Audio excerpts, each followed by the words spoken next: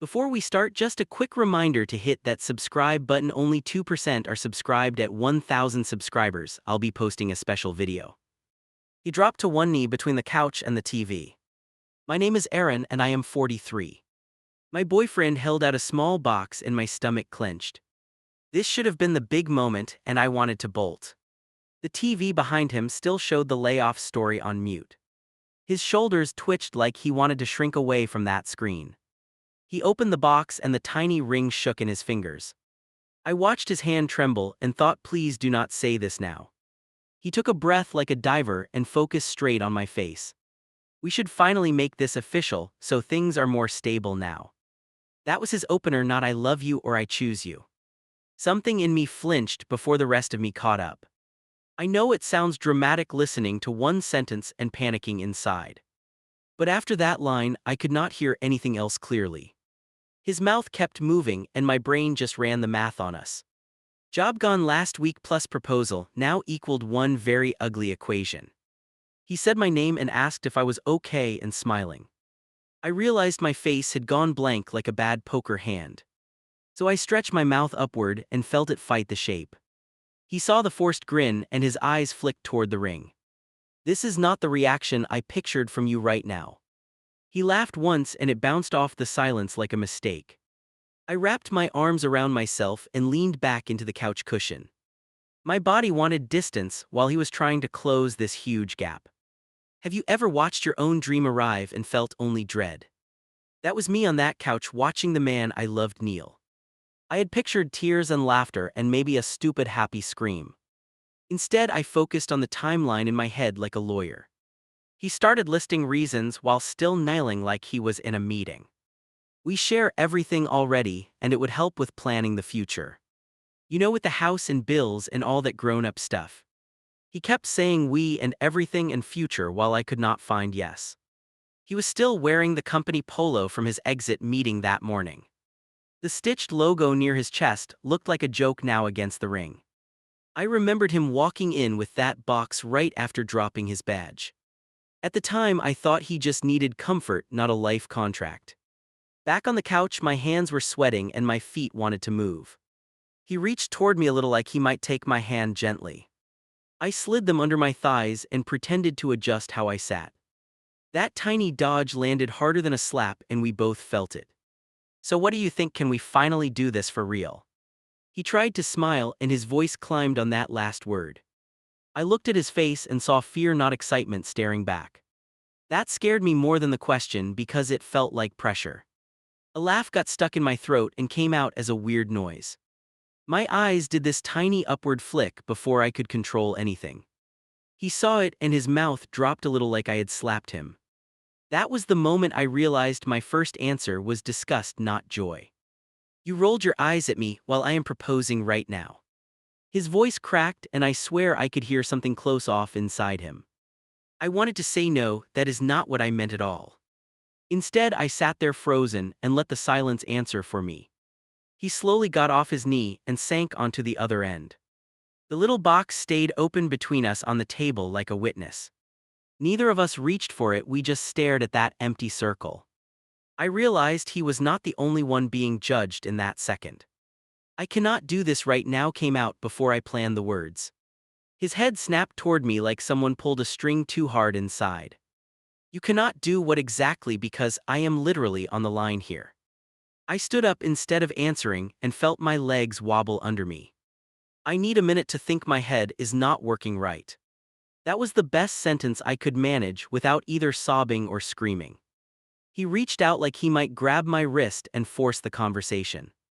I stepped back just out of reach and watched the hurt flash over him. Do you need time or do you already know and just cannot say? His question hit harder than the proposal because it sounded way too accurate. I opened my mouth and nothing came out except this little broken breath. So I turned away from him and walked down the hall without answering. Behind me I heard the couch creak and then the TV volume rise slowly. He let the news voices fill the space where my answer should have gone. I closed our bedroom door and leaned against it like I could hold back time. On the other side of that thin wood his whole future still waited. In the quiet room I stared at my empty hand and felt sick. This was supposed to be the story you tell your kids and grandkids. Instead, I was wondering how you even start to undo a life like this. I did not know it yet, but that silent no had already started. Out in the living room, my boyfriend sat with a ring and a layoff notice. In here, I sat with a racing pulse and a life built around him. One room held the question, and the other room hid the answer for now. I pressed my back to the door and knew nothing would ever feel simple again. I dragged the old suitcase from under the bed too fast. The wheels caught on the frame and I almost fell forward. For a second I pictured tossing clothes into it and walking out. That thought hit so hard I had to sit down and breathe. Through the door I heard the faint murmur of the TV again. No footsteps toward me, no hand on the handle, no apology. He knew where I was and what I was avoiding and stayed put. I stared at the suitcase and waited for a knock that did not come. My phone lay beside me and lit up with the screen timeout. I unlocked it and opened my messages without thinking about names. I typed "he finally did it," then backspaced each letter in slow motion. Even in a text I could not commit to that sentence fully. I tried another line, this one closer to what actually happened. He asked tonight, and something in me recoiled instead of celebrating. That felt too raw, so I erased that confession as well. The empty chat window stared back like it was daring me to continue. I swiped to my photos and a grid of our life appeared. Different haircuts, different holidays, different apartments, all crammed into little squares. I zoomed in on one where I looked carefree and almost smug. Back then, I probably believed this moment would arrive for the right reason. My thumb hovered over the option to delete that entire album completely. I did not press it because I am not a total coward. Instead, I locked the phone and dropped it on the blanket beside me. The thud sounded louder than it should have in that tight space. The screen lit again almost instantly with a new message from him. "Can we talk in here, or do you need more time right now?" I read it twice and my chest tightened like I had swallowed sand. If I answered wrong, I knew we would not return to normal. I typed back, "I am thinking, please give me some space tonight." My thumb hovered over send while my heart hammered in my throat. If I pushed that little arrow, I was pushing him further away. I hit send anyway and watched the tiny delivered text sit between us. A soft knock finally tapped against the wood near my shoulder. The sound made me jump even though I had been waiting for it. "You really want me to leave you alone after all of that?" His voice came through low and careful, like he was handling broken glass. I moved off the mattress and sat on the floor by the door. I do not trust what will come out of my mouth yet. That was true, and also a neat excuse to avoid exploding completely. He let out a breath and it brushed through the gap underneath. "Are you leaning one way or the other? Just tell me that." The doorknob rattled once, like his hand twitched before he caught himself. I stared at the wood and pictured his expression on the other side. The ring was still out there on the table, waiting like a verdict. "I am not giving you an answer tonight" came out thin. The floor under my legs felt suddenly unstable, like I might slip through. He went quiet long enough that I wondered if he had walked away. Then I heard him shift and his next words hit straight in my gut. "If this is a no, I would rather know before I sleep." That line landed heavier than the proposal and somehow much more honest. Fear not romance soaked his voice and I could hear it clearly. I pressed my palm against the door and could not make myself reply. The hallway creaked and his steps receded toward the front of the place. The TV volume climbed again and filled the distance between our rooms. I stayed on the floor with my back to the barrier and shook. Silence from me had just joined his years of delaying in a twisted way. In the bathroom, I splashed water on my face until it stung. My reflection stared back with damp hair and eyes that looked tired and angry. I studied the lines that had arrived while I waited for his courage.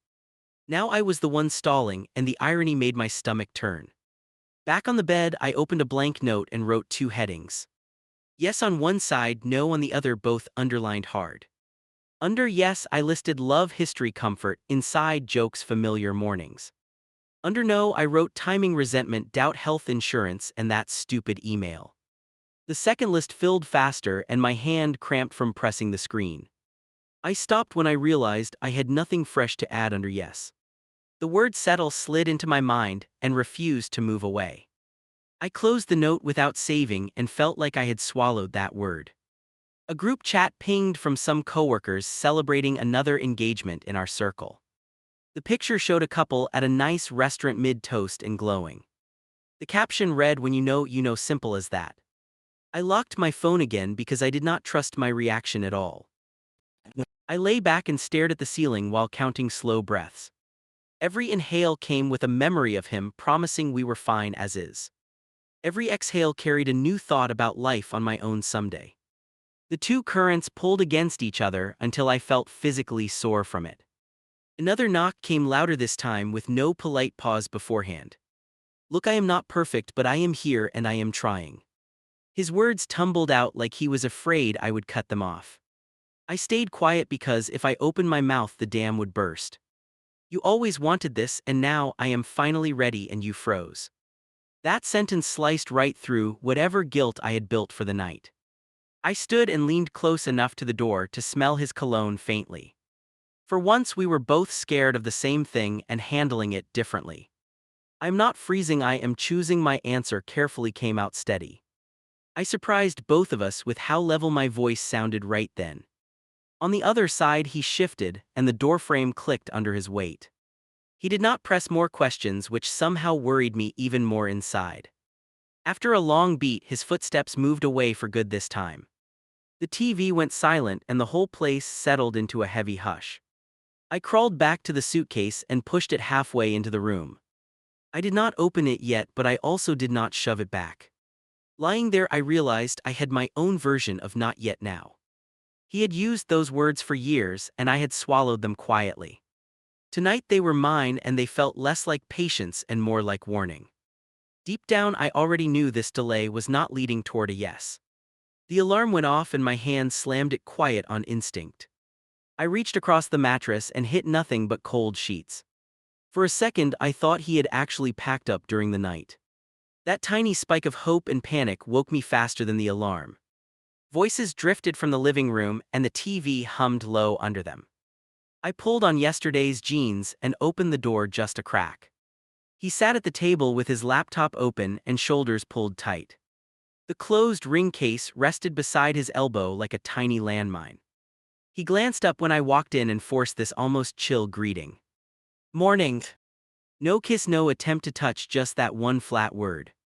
I muttered something back and headed to the counter to busy my hands.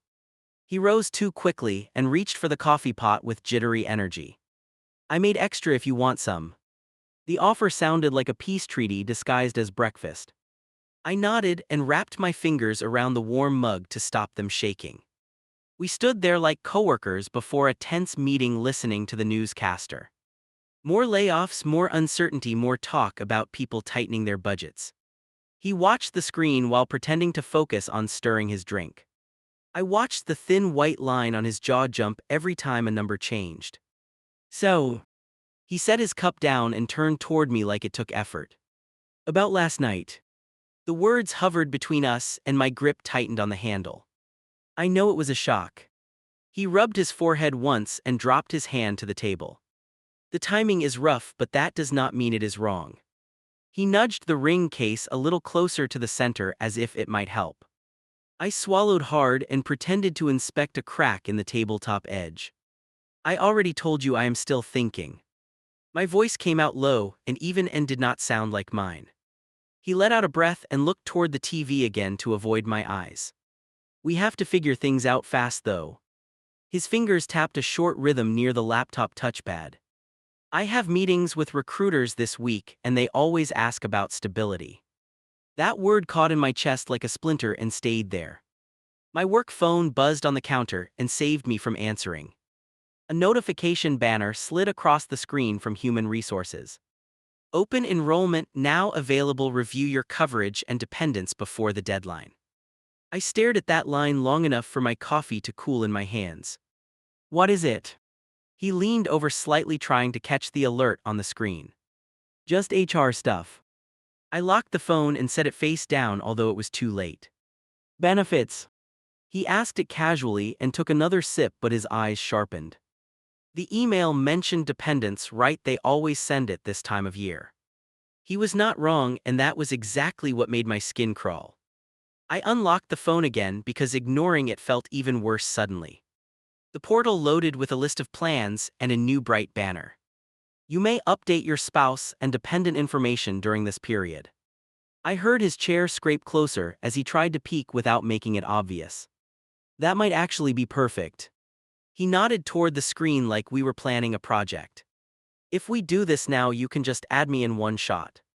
The way he phrased it made my back teeth press together. So that is what you are thinking about right now. I did not raise my voice, but the air in the room shifted.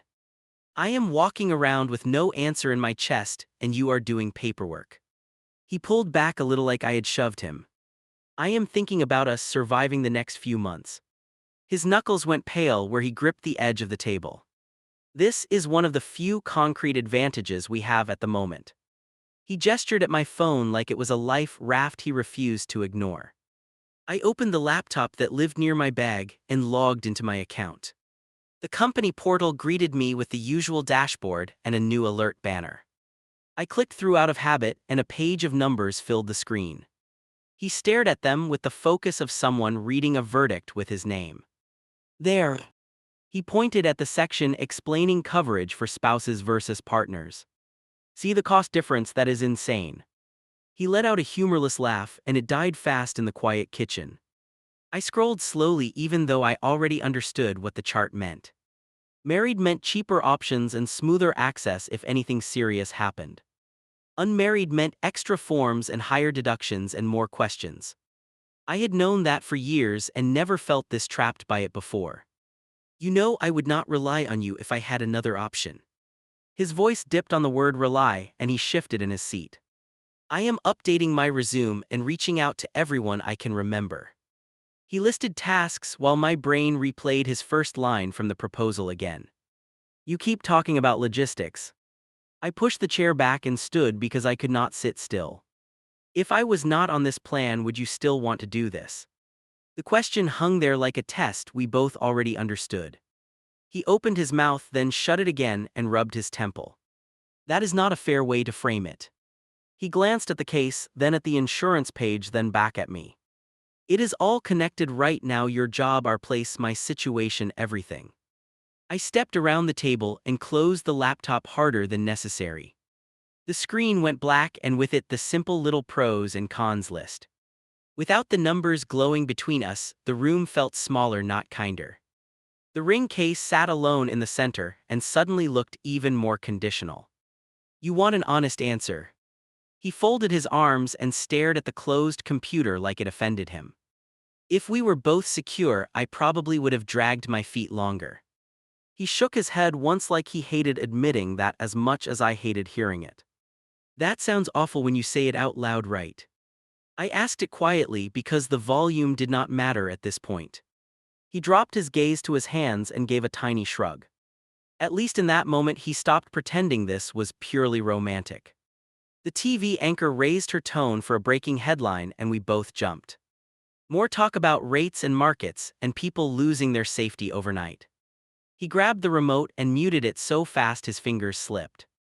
The image stayed on the screen like a mirror we were not ready to face. I picked up my bag and pulled out a stack of bills without thinking. Lined them up on the table and opened my banking app in front of him. Every tap added another charge to my account while his stayed untouched. I felt his eyes on the phone as each payment went through. I am not doing this to make you feel bad. I kept my gaze on the screen because meeting his would wreck me. I just need you to see who carries what right now. The silence that followed was heavier than any lecture I could have given. He reached for one envelope and turned it over in his hands. I am going to fix this. His jaw clenched hard around the words, and they came out rough. The promise sounded more like a threat thrown at himself than comfort for me. I slid the remaining stack back into my bag and zipped it slowly. I want you to fix it because you want better for yourself. Not because you are scared the person with the insurance might walk away. My voice shook on that last part, and there was no way to hide it. He looked from the ring case to my bag, then to the hallway. Like he was trying to see where the exit would be if I chose it. His shoulders slumped just enough that I knew he saw the same math I did. And for the first time that morning, I realized stability was not our only problem. My laptop chimed with a new email while he ran the shower. I was halfway through an expense report when his name flashed in the preview bar. Subject line showed a string of letters from his old company address. Automatic forwarding was his idea, and I had agreed without thinking too much. I clicked it because, of course, I clicked it in that moment. The message opened, and a block of text from some coworker filled the screen. I skimmed the first lines about severance and unemployment and nodded on reflex. Then one sentence in the middle grabbed my brain and would not let go. At least you have Aaron's benefits once you guys lock it down. I read that line once and my heart jolted so hard I felt dizzy. I read it again slower and my breathing went weirdly shallow and fast. The cursor blinked at the end like it was waiting for my reaction. My first thought was stupidly petty and also very clear in my head. So that is how they talk about me when I am not present. Not partner, not person, just one word wedged between numbers and deadlines. I dragged my hand over my mouth and tried not to swear out loud. Water shut off down the hall and pipes creaked through the walls around me. I knew I should close the window and pretend I never saw anything. Instead, I scrolled to the top and checked the earlier messages in the chain. There it was again, talk about timing and paperwork like we were a project. Since she has solid coverage, it makes sense to do it now. That earlier line popped out even harsher than the joke at the bottom. I felt my jaw clench and my shoulders pull tight like I expected impact. This was not just him thinking this through alone, this was conversation material. The bathroom door opened, and steam drifted into the hallway near my desk. He padded toward the kitchen in fresh clothes, rubbing his hair with a towel. I stared at the laptop and forced my voice to sound neutral and casual. Your old team emailed you again, their messages are still linked to my account. He paused halfway across the room and shifted the towel from one shoulder. Oh yeah, probably questions about forms, nothing exciting to read, I am sure. He moved closer and leaned a hand on the back of my chair. My thumb hovered over the touchpad while that one sentence screamed in my skull. I opened it. The words came out flat and heavier than I meant in that instant. His fingers stiffened against the chair and he stopped breathing for a beat. Anything important in there or just them venting about management again? I highlighted the line about my benefits so it glowed on the screen. Then I stepped aside so he could see without leaning over my shoulder. His eyes tracked the sentence and his throat moved in a slow swallow. He did not speak right away, which told me more than any quick answer. So that is how this looks to your friends. I crossed my arms because if I did not I would start shaking. Lucky you, plenty of coverage once you lock it down with me. The phrase tasted bitter and ugly and felt even worse out loud. He dragged his hand through his hair and left damp streaks across his forehead. They are just joking, they know I have you, that is all. He kept his gaze on the screen instead of my face, which made me colder. That is locker room humor between coworkers, do not read into every word. I am reading the words that mention my insurance and our relationship together. My voice rose a notch and bounced around the small room like a warning. You told them we are about to get married for this specific reason. I tapped the highlighted line and my finger hit the trackpad harder than intended. He finally looked at me and there was irritation under the worry in his eyes. I tried to explain my plan for the next few months and they reacted. He dropped into the chair and spun it a fraction away toward the wall. You know how guys talk when they are nervous and trying to sound fine. So you were nervous and decided the safest flex was marrying your walking policy. The sarcasm came out before I could dress it up into something calmer. His shoulders snapped back and he stared at me like I had slapped him hard. That is not what I called you, and you know I do not think like that. The problem was I did not know that anymore and it scared me. I paced once between the table and the doorway trying to ground myself somehow. You just got down on one knee in front of our television yesterday. I pointed toward the empty spot where he had knelt and my stomach twisted again. And now I find out you were also pitching this as a benefit strategy. I grabbed the laptop and turned it fully toward him so there was no escape. Tell me how I am supposed to separate the timing from the motive right now. My voice cracked on that last word, and I bit the inside of my cheek hard. He pushed back from the table and stood with his hands spread like surrender. You really think I never wanted to marry you before this week? His voice came out rough and loud enough to rattle something on the shelf. I have been with you longer than anyone else in my life by choice. I laughed once and it sounded wrong even to my own ears in that space. You keep pointing at years like they are proof of romantic intent by default. I shook my head slowly because my thoughts were starting to line up now. Staying because it is familiar is not the same as choosing marriage. His jaw worked and he glanced at the ring box still sitting near the couch. You are twisting Everett. Hing into the worst possible version on purpose. He took a step closer and spread his hands like he wanted me to soften. That email is shorthand between coworkers, not some evil mastermind plan.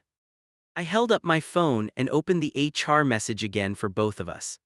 Shorthand or not, you walked into that office and talked about my coverage. My thumb hovered over the part explaining how easy it is to add a spouse. And then you walked in here with that ring before the ink on your exit dried.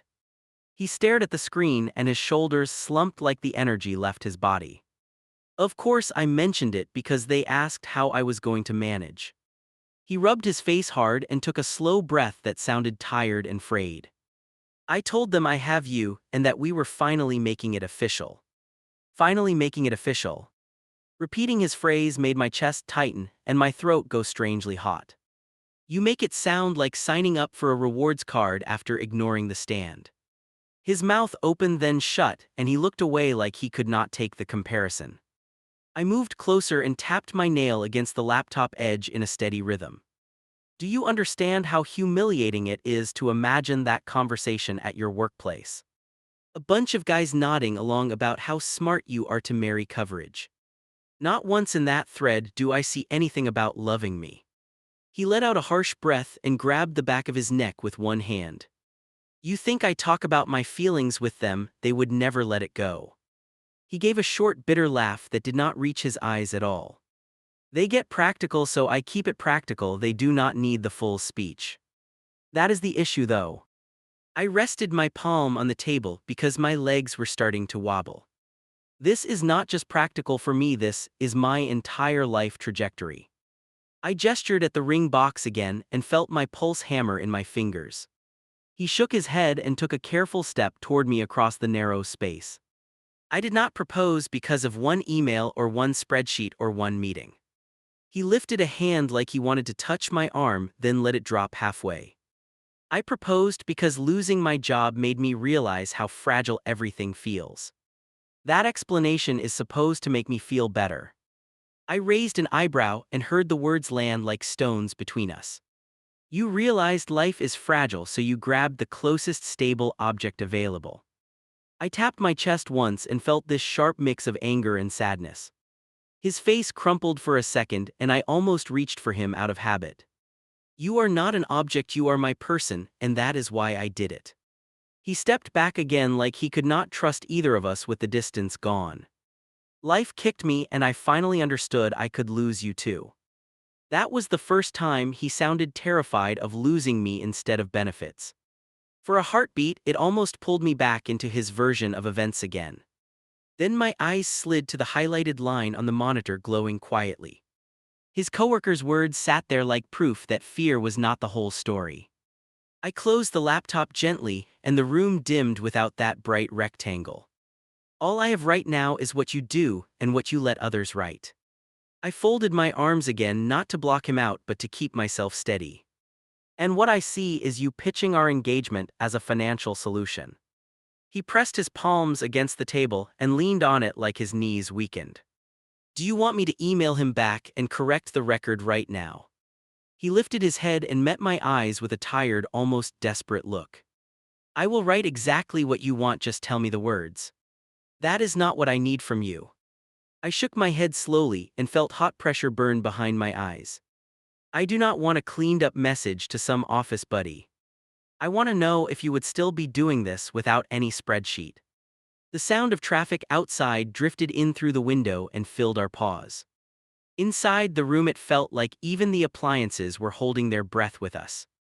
He stared at the closed laptop, then at the small ring case by the couch. For once, he did not have a neat answer ready or a joke to break the tension. I do not know how to separate those things anymore. He finally spoke, and the honesty in that line knocked the wind from me. My work, my money, my future with you, it all sort of fused together. He lifted his hands, then let them fall uselessly at his sides as if empty. That was the moment I believed he was not playing some cartoon villain role. He was just a scared man grabbing at whatever seemed solid around him. The problem was I was done being treated like a safety device disguised as romance. Knowing he was not evil did not make the choice in front of me easier at all. He kicked the coffee table hard enough to rattle the remote. How did I become the villain for wanting to marry you?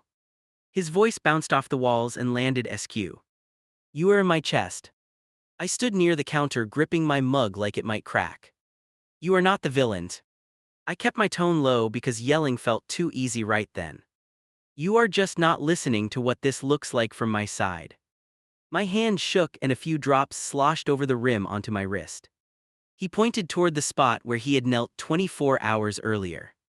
I put a ring on the line and you rolled your eyes. His laugh came out sharp and empty as he paced in a tight circle.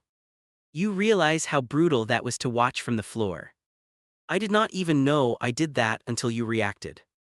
I set the mug down because my fingers had gone almost numb. I was trying to process everything you threw at me in one breath. I tapped my chest once because the words kept jamming in my throat. You were acting like I tossed out a work memo. He stopped pacing and faced me with hands spread wide. I tried to do something huge and you looked bored at best. His eyes shone with a mix of anger and something closer to hurt. You did something huge for you. I stepped closer until the edge of the table pressed into my hip. For me, this was something huge that never came when I needed it.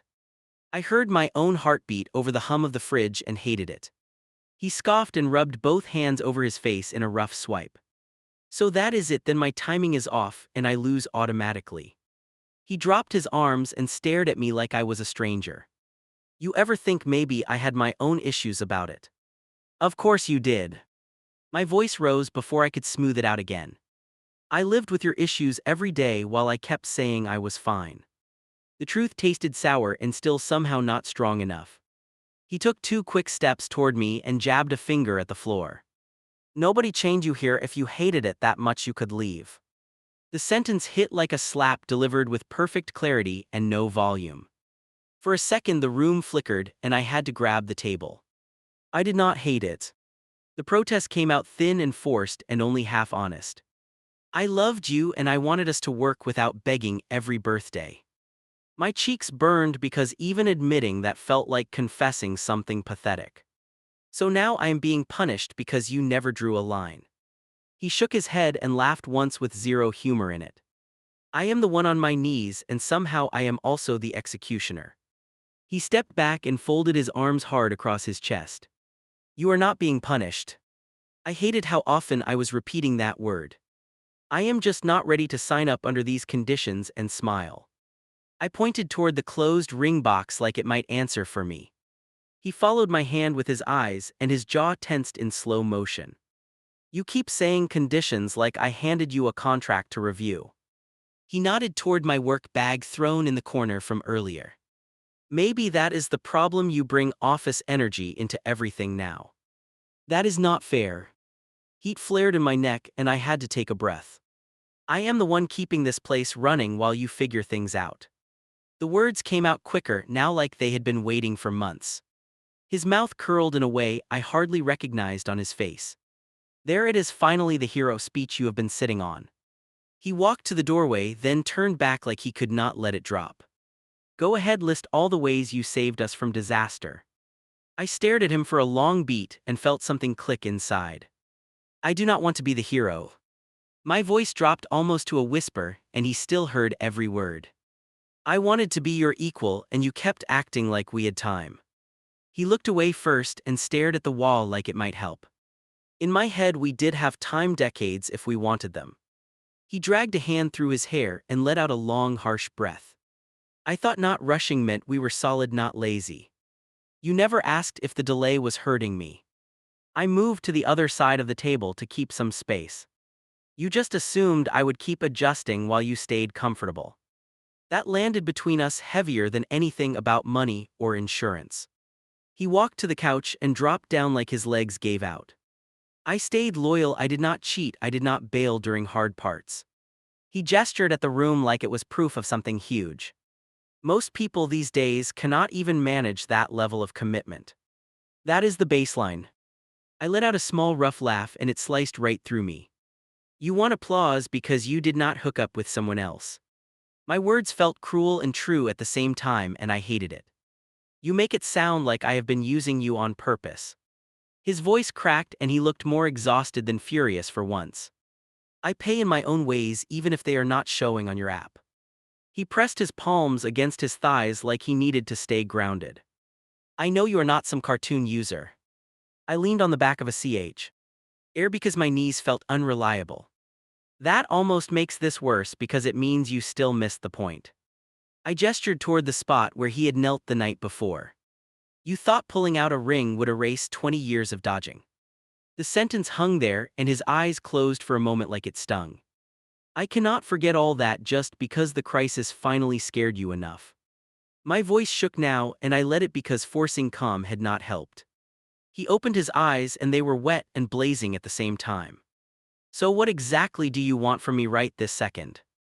He threw his hands out wide, then let them drop with a dull slap. Quit breathing, stop existing, turn into some other guy overnight. I want honesty without me dragging it out line by line. That answer surprised even me with how fast it came. I want you to say yes, I waited too long and it hurt you. I met his gaze and did not look away this time. His shoulders sagged as if someone had pulled the plug on his energy. Fine, yes, I waited too long. He bit the words and dropped them between us like they were stones. I did not think it mattered as much as it clearly does. And that right there is the core problem. I felt my voice steady again, which almost scared me more. You are only realizing how much it mattered after everything cracked open. He watched me like he was trying to decide if this was still salvageable. Silence stretched for a long count and the air felt heavier each second. Finally, he scrubbed his face and pushed off the couch with a groan. I need air before I say something we cannot walk back from. He snatched his keys from the table and headed for the door. Running fixes nothing. The words came out sharper than I intended and made him pause. He turned the knob halfway, then rested his forehead against the door. I am not running, I am making sure I do not explode on you. The door closed behind him with a soft click that felt louder than shouting. I stood alone in the living room with the quiet buzzing in my ears. The ring box sat on the table like a dare I refused to touch. My hands felt useless with nothing to hold and too many thoughts. I grabbed my phone and dropped onto the far end of the couch. My thumb opened the Reddit app almost by muscle memory from nights before. The front page scrolled past drama I did not care about for once. I tapped into a relationship forum and hit the button to create a post.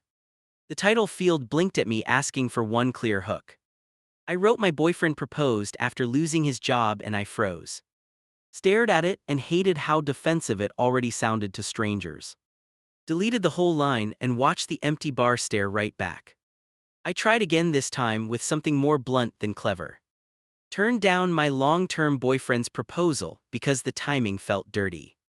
That looked messy and still did not really capture the eye roll moment.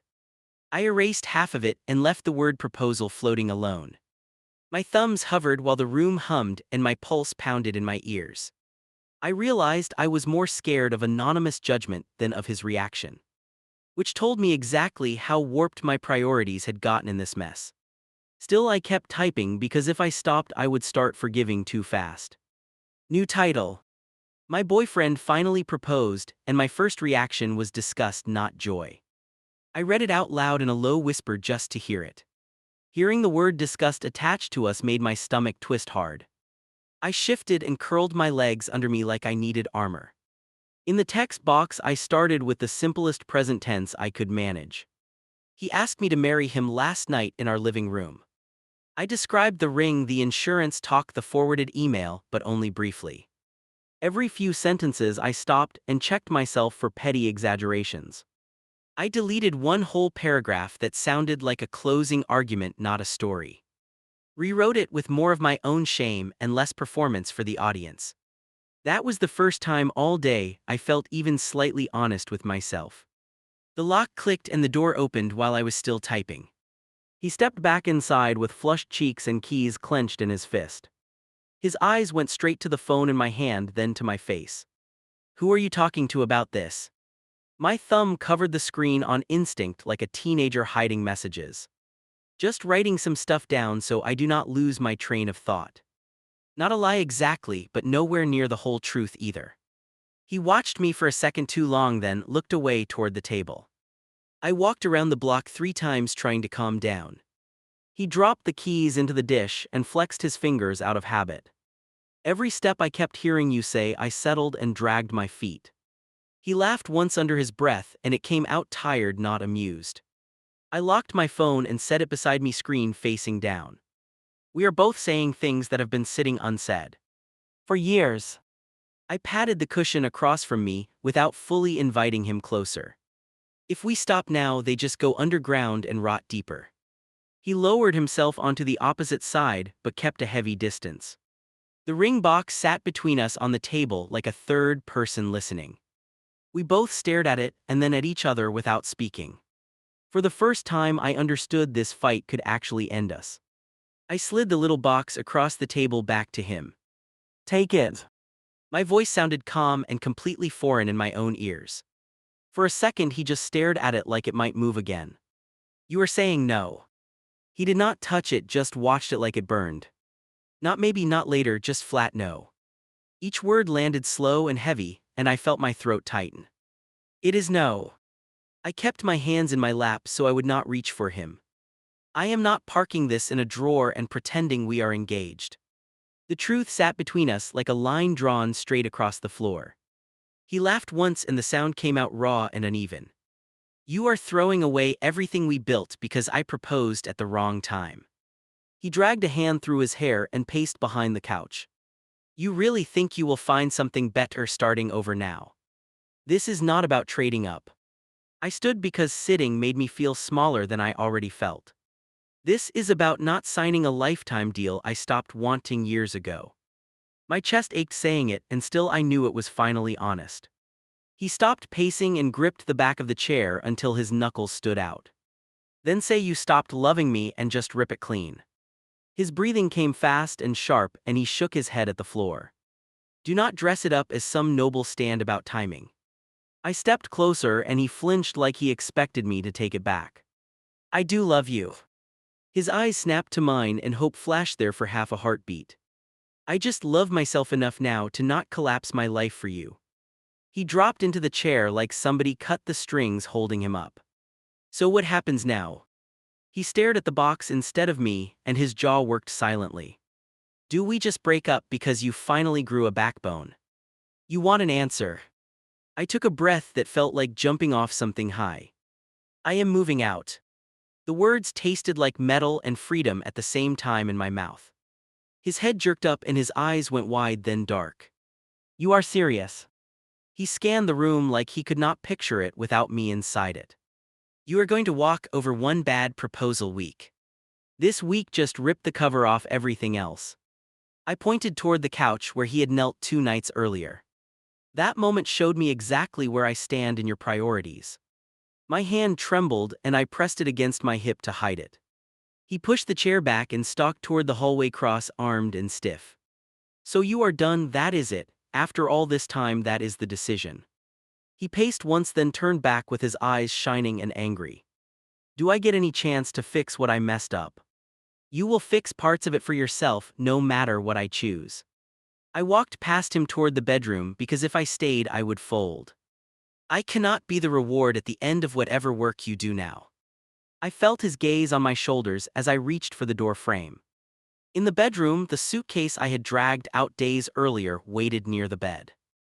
I yanked it open and began tossing in the things that felt essential. Not everything, just what I would need to survive the next few months. Each item I grabbed made it more real that I was actually going.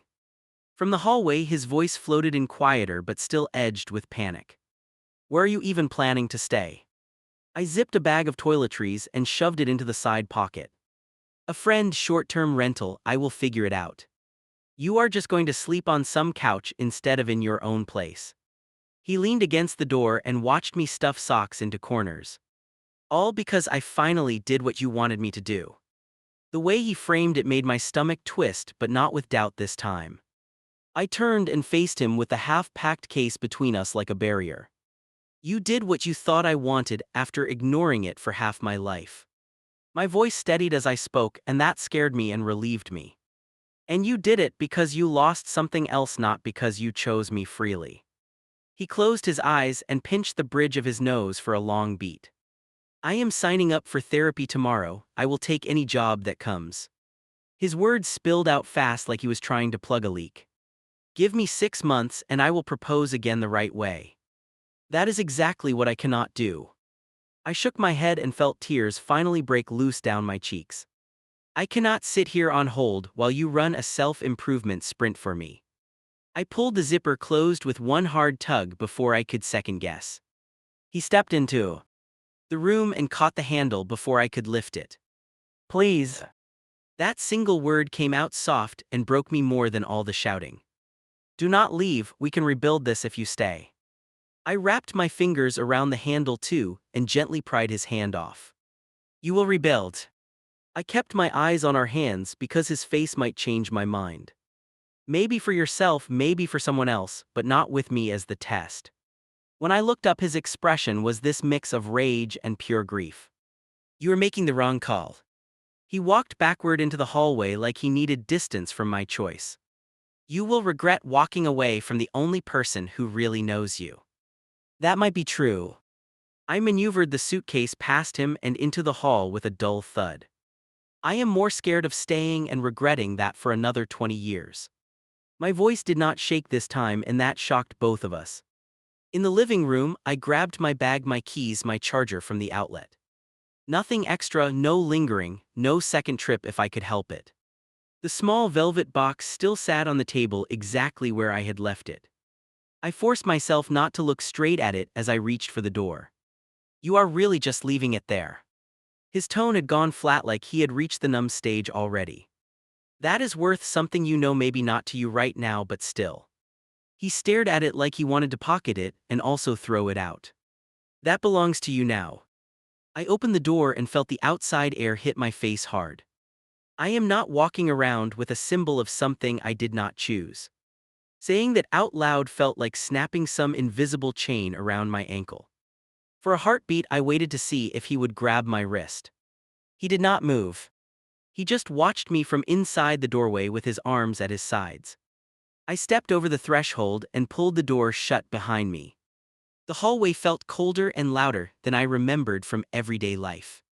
My suitcase wheels rattled over the uneven floor as I headed for the stairs. Halfway down, my phone buzzed with a text from him, and I ignored it. I could not read whatever he sent without turning right back around. Later that night, I sat on the floor of a tiny rented studio. Takeout carton beside me, laptop balanced on my knees, and heart racing. The place smelled like fresh paint and someone else's leftover cleaner. It did not smell like us, which actually helped me breathe. I opened Reddit again and pulled up the unfinished draft from the couch. The title still read "My boyfriend finally proposed," and my first reaction was disgust. I added the rest in one long line without stopping to soften anything. And I just walked out instead of saying yes. In the body, I added one last update about moving out today. Typed that I told him no and packed a bag and left. Wrote that I do not know if I wasted my life or saved it. Read the whole thing once top to bottom with my thumb hovering over submit. My stomach flipped like I was about to jump into deep water again. I thought about his face at the door and the way his voice broke. Thought about my own face in the mirror the past few years pretending. Then I tapped post and watched the screen refresh. The first few notifications popped up almost immediately under the new thread. Little numbers stacking beside a story that for everyone else was just content. For me, it was the wreckage of half a lifetime laid out in text. For the first time in years, the next chapter did not include him by default.